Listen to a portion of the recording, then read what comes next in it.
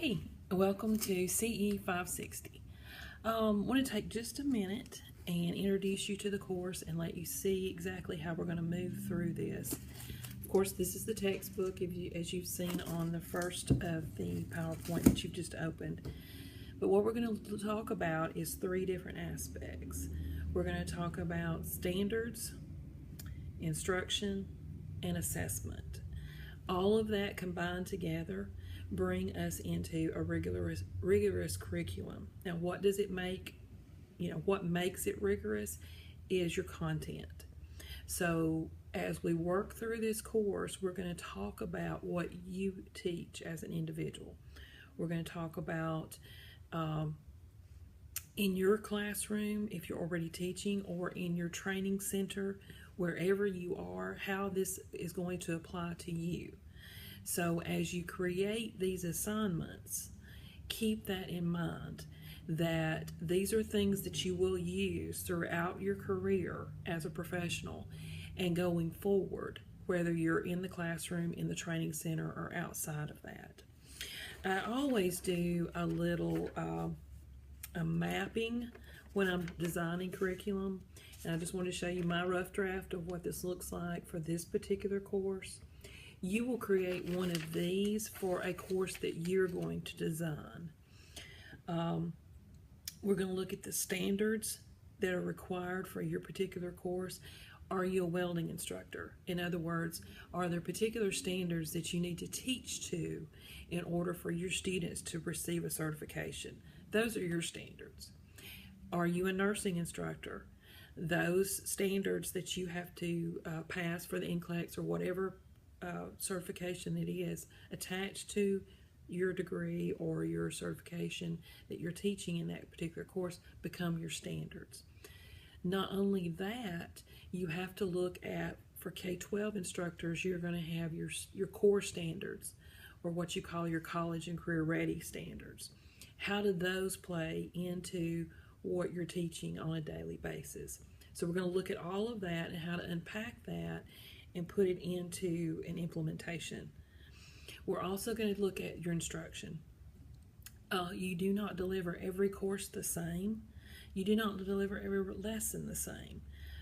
Some lessons tend to do better with lecture, some do better with hands-on, some do better with demonstration, some do better with a guest speaker there.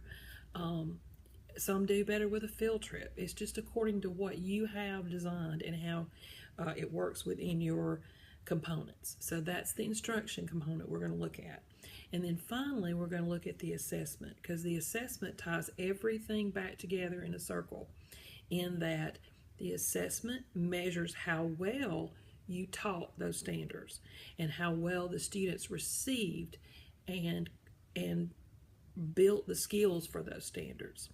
So you're going to have planning, you're going to have presentation, you're going to have practice, and then you're going to have where the students are evaluated. And we're going to look at all of that together and develop that, and also look at some other samples of those that are already set up by other professionals in the field, and get you to look at their examples and critique those examples. What did they leave out? What could be better? I always believe that by looking at other people's examples, you learn more about what can be done for yourself in the classroom. As we move through, there will be a course calendar that we will adhere to. There will be discussions that will go along with your reading. It's kind of like a reading guide in your discussion panel. So those will count pretty heavily. The assignments, of course, the points and everything are on your syllabus. I encourage you to go ahead and open up your syllabus, print it out, print your course calendar.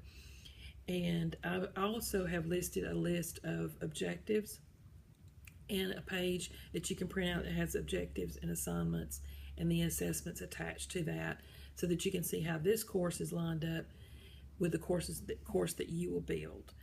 I know many of you already have courses and you already have pre-packaged POIs or modules or units that you already have. That's fine. You can use those as a guide. But we are going to create something on your own. because you do, as a professional, need to know how to create a curriculum from start to finish, make that curriculum rigorous, and also make it student-centered. So as we unpack these standards and bring contextualized instruction into all of this, you'll see how all of this blends together. So this is a hands-on course. We'll be working back and forth quite a bit together, and I will help you as we design your documents. Don't worry if the first time you turn in a document it's not perfect. That's exactly the way it's supposed to be. We are going to work together. It's not really the way it's supposed to be, but I prefer to work with the students back and forth to perfect a document. The first time I wrote a syllabus by myself without it being something canned from my school, mine was wrong. So there are pieces and components that may or may not be in your syllabus that we need to look at or revise. There may be pieces and components in your lessons, in your units, and things like that that we need to revise. So hang on, we'll work together as we go through the course, and I look very forward to working with you. This is a master's degree course, and so there it does have quite a bit of reading and quite a bit of writing. So we will adhere to the Athens State writing standards, and of course the library is always available, and I will have lots of links for you to use as well. So look forward to this.